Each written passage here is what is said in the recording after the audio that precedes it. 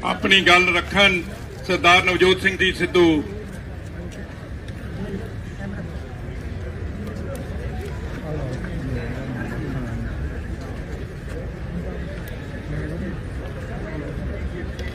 मानयोग chief minister साहब, मेरे साथी साहबान, बैंस साहब, खैरा साहब को मैं खैर मकदम करना। सरकारों की नीयत में आ जाए फर्क, अगर नजारा चाहे जन्नत का क्यों ना हो गर्क हो जाए। और आज मैं हिंदी में भी बात करूंगा क्योंकि मुझे पता है ये प्लेटफॉर्म क्या है। मैं जानता हूं कि गूंगी बहरी सरकार तक अगर आवाज पहुंचानी हो तो धमाका जरूरी है। ये धमाका ही है। ये मत समझिएगा कि ये 50 लोग बैठे हैं। एक एक आदमी के पीछे 2-2 लाख पंजाबी बोलता है इस मंच से, 2-2 लाख पंजाबी। और अगर कोई एमपी बैठा है तो 15 लाख लोग उसके पीछे बोलते हैं। तो ये हीरे हैं, ये पंजाब के चुने हुए नुमाइंदे। मैंने बात नीयत की है, नीयत की। नीयत साहब नीति में दिखती है और नीति सिर्फ 2 पूंजीपतियों के लिए बनाई गई है मोदी सरकार। आप अगर ये सोचते हो कि ये कानून सरकार किसानों के हक में बना रही है तो बहुत बड़ी गलतफहमी है।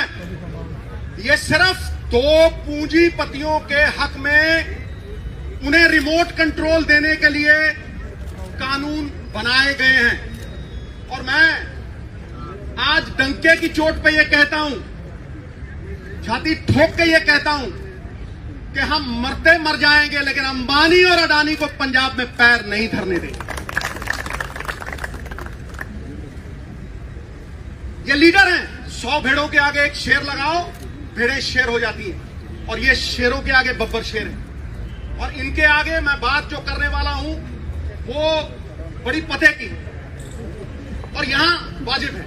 ई नैम तो पहले भी था साहब, पहले भी ऑनलाइन ट्रेडिंग होती थी।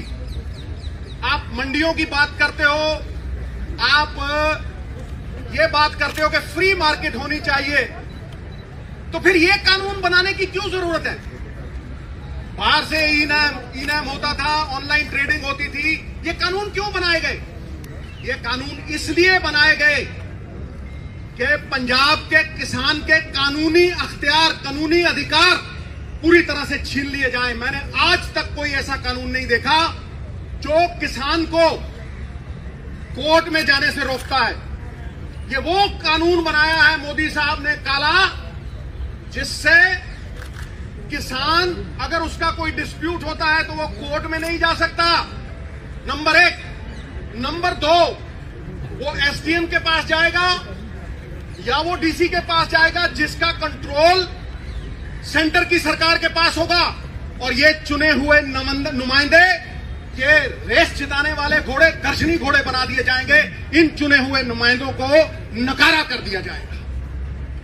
ये मैंने देशों में सुना था कि 1-2 कंपनियां मोनोपोली बनाती हैं और वो मोनोपोली बना के, जैसे ईस्ट इंडिया कंपनी राज किया करती थी, वो मोनोपोली बना के राज करती है। ये वही हो रहा है।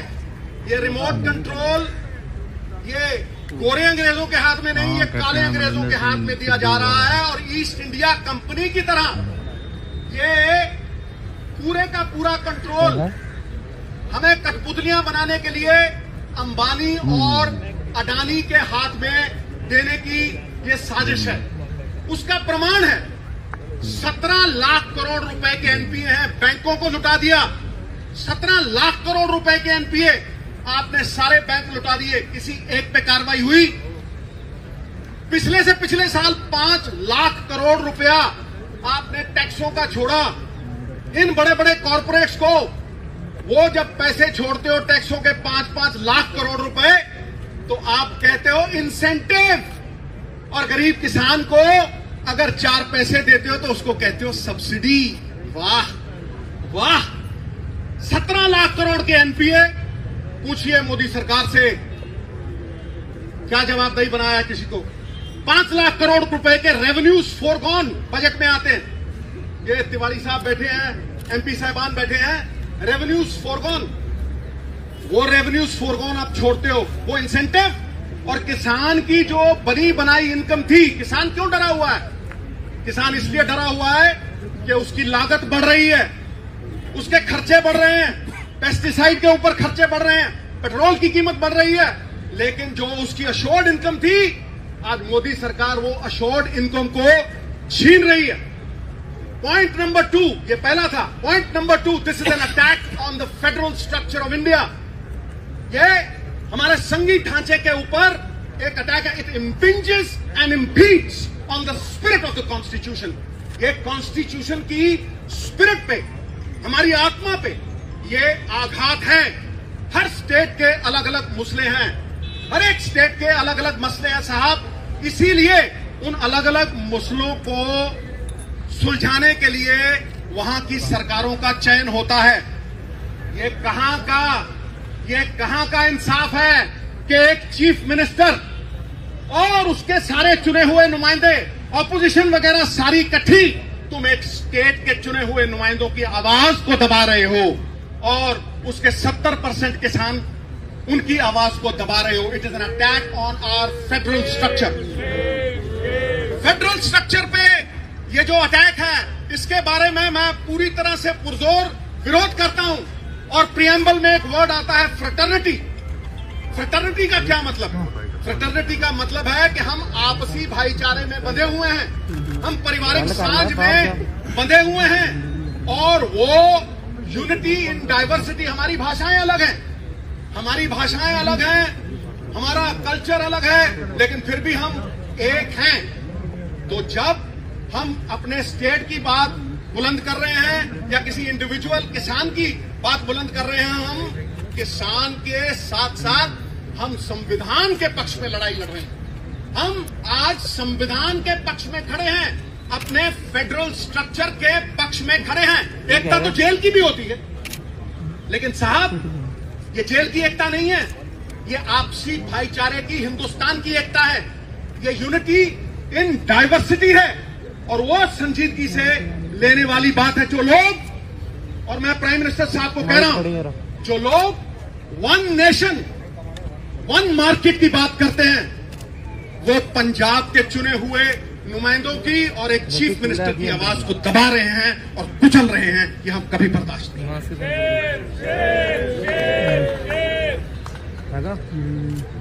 जीएसटी की तरह ये पंजाब की इनकम पे वार है। तुम हमारे ही पैसे लेते हो। जीएसटी में तुमने फाइनेंशियल कंट्रोल ले लिया और सारे पैसे स्टेट के बिहाफ पे तुमने वो इकट्ठे किए और तुम हमें ही वो पैसे देने लगे। ये कहां का इंसाफ है भाई? चोरी और सीना चोरी। क्या ये सरकारें ये करेंगी? हमारे पैसे लेके तुम ये कहते हो कि हमसे लोन पे वापस ले लो। धिक्कार है ऐसी सरकार पे।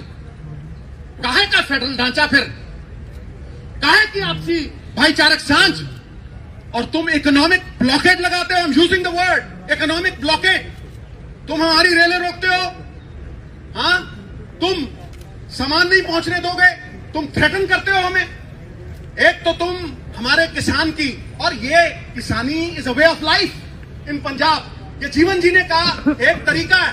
ये हमारी पगड़ी है। तुम हमारी पगड़ी को हाथ डालो तो वो हाथ तोड़ के डालो। हमारी पगड़ी को हाथ डालोगे वो हमें मंजूर नहीं है। और मैं आज भी ये कहता हूं कि तुमने हमें सवेरे भी रोकने की कोशिश की। किसानी का संघर्ष जो है वो पवित्र संघर्ष है, झंडे में डंडे वाला संघर्ष है, नॉन वायलेंट संघर्ष है। तुम उस संघर्ष को बाहरी ताकतों के साथ जोड़ोगे तो तुम किसान का निरादर कर रहोगे, उसका अपमान करोगे। वो हम सहन नहीं करेंगे। अगली बात मैं कर रहा हूं, पहले आपने जीएसटी छीन लिया हमारी मंडियों से। 5,000 करोड़ रुपया, सीएम साहब बैठे हैं, बाकी लोग बैठे हैं, 5,000 करोड़, पिछले साल 4,000 करोड़, इस साल 5,000 करोड़ बाप दादाओं ने, हमारी पुश्तों ने, 4 पीढ़ियों ने मिलके वो इंफ्रास्ट्रक्चर खड़ा किया है। मैं पूछता हूं नरेंद्र मोदी जी से कि मोदी साहब, जहां आपने ये मंडियां नहीं है, जहां आपने ये पहले लागू किया, मुझे ये बताएं कि वहां का किसान, उसकी क्या हालत है। वो लेबर कर रहा है, वो लेबर कर रहा है। देखिए आप, मैं स्टेटों का नाम नहीं लेना चाहता क्योंकि वो भी सब में हमारी पगड़ी है, हम जानते हैं। लेकिन तुम हमारे किसानों को लेबर करवाओगे, इस पगड़ी को हम पैरों में नहीं लड़ने देंगे।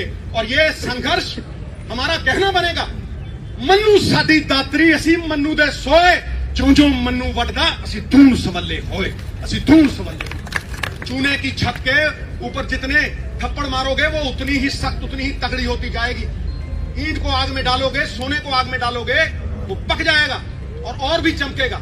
मैं अगला पॉइंट जो है वो ये कह रहा हूं कि पहले आपने जीएसटी छीना, फिर आप हमारी मंडियों पे आ गए। 28,000 आरती रजिस्टर्ड, 5 लाख मजदूर जो मंडियों में काम करता है, हमारे बाप दादाओं का बना हुआ इंफ्रास्ट्रक्चर, तुम उसे बर्बाद करने के ऊपर तुले हो। और जहां तुमने ये फ्री मार्केट लगाई है वहां किसान लेबर कर रहा है। उसके बाद मैं अगली बात करता हूं, क्या यह अकेले पंजाब की बात है? क्या ये अकेले सिर्फ चीफ मिनिस्टर की बात है या इन एमएलओ की बात है? नहीं, ये हर हिंदुस्तानी की बात है, क्योंकि फूड इन्फ्लेशन आएगी, भुखमरी आएगी। मैं कह रहा हूं आज, कैसे कह रहा हूं? क्योंकि आपने इस कानून में अंबानी और अडानी साहब जैसे लोगों को होर्डिंग को लेजिटिमाइज कर दिया। आपने उसमें लिख के दिया कि आप ये अनाज अपने गोदामों में रखिए, 50 गुना और 100 गुना बेचिए, 50 गुना और 100 गुना बेचिए। भुखमरी का कारण क्या है? मैं डंके की चोट पे कहता हूं, कोई डिबेट कर ले मेरे साथ, कोई। भुखमरी का कारण यह नहीं है कि अनाज नहीं है, अनाज होता है साहब, अनाज गोदामों में होता है अंबानी और अडानी साहब के, लेकिन वो गरीब की पहुंच के परे हो जाता है, इसलिए इन्फ्लेशन आती है। और इन्फ्लेशन का असर अमीरों पे नहीं होता। हम तो कहते हैं भर दे भैया, अपना टैंक भर दे, कोई चक्कर नहीं। लेकिन जो गरीब 500 रुपए कमाता है, वो 500 रुपए की वैल्यू 200 रह जाती है। जो वो 500 में खरीदता था, वो 2000 में खरीद नहीं पाता। तुम्हारी जीएसटी ने व्यापारी मारा, और आज ये काले कानून किसानों को मार रहे हैं, हमारी पहचान को मिटा रहे हैं। बाबा नानक ने दी थी ये हमें पहचान, मरते हुए मर जाएंगे, इस पहचान को नहीं मिटने देंगे। नाम ही खोदेंगे तो किधर जाएंगे, और पहचान खोदेंगे सिद्धू तो बिखर जाएंगे, नहीं बिखरने देंगे। और आखिरी पॉइंट जो मैं कहना चाहता हूं वो ये है कि आप एहसान फरामोश हो गए, आप एहसान फरामोश हो गए हो। मैं डंके की चोट पे कहता हूं। किस तरह से कहता हूं? क्या पंजाब को ग्रीन रेवोल्यूशन की जरूरत थी? नहीं। पंजाब ने पूरे देश का पेट भरा, 2% लोगों ने 67% लोगों का पेट भरा। फिर तुमने गरीब को अन्न कैसे दिया? सस्ती MSP Punjab, Haryana, western UP से उठा के आपने 80 करोड़ लोगों का पेट भरा, और उसी को पीडीएस द्वारा उन्हें सप्लाई किया। पेट्रोल 6 रुपए का था 92 में, 78 का हो गया, और किसान की एमएसपी 3 गुना बढ़ी, वो 12 गुना, 17 गुना, और ये 3 गुना। कॉर्पोरेटों में जो काम करते हैं 1,000 गुना उनकी तनख्वाह बढ़ गई, और 1982 से लेके किसान की एमएसपी सिर्फ 15 गुना। ये कहां का इंसाफ है? ये किस तरह हम बयां करें? चाहे मंडी एमएसपी मॉडल हो या दूसरा, पहले केंद्र ने हमें इस्तेमाल किया और फिर यूज एंड थ्रो वाली पॉलिसी करके इन्होंने हमें फेंक दिया। ये 3 पॉइंट मेरे इस केंद्र की सरकार को कहीं भी किसी को भी भेज दे और बहस कर लें, खुलेआम जहां बुलाएंगे मैं आऊंगा। यदि हार गया, राजनीति सदा के लिए छोड़ दूंगा, सदा के लिए। मैं डंके की चोट पे कहता हूं। उन्हें यह फिक्र है, आखिर में ये मैं शेयर करके फिर सीएम साहब के हवाले स्टेज करता हूं, उन्हें यह फिक्र है हरदम, नई तर्जे जफा क्या है? तर्जे जफा होती है जुल्म। उन्हें यह फिक्र है हरदम, नई तर्जे जफा क्या है? हमें भी शौक है, देखें सितम की इंतहा क्या है। हमें भी शौक है, देखें सितम की इंतहा क्या है। गुनाहगारों में शामिल हैं वो लोग जिन्होंने ग्रीन रेवोल्यूशन, व्हाइट रेवोल्यूशन अशरन की।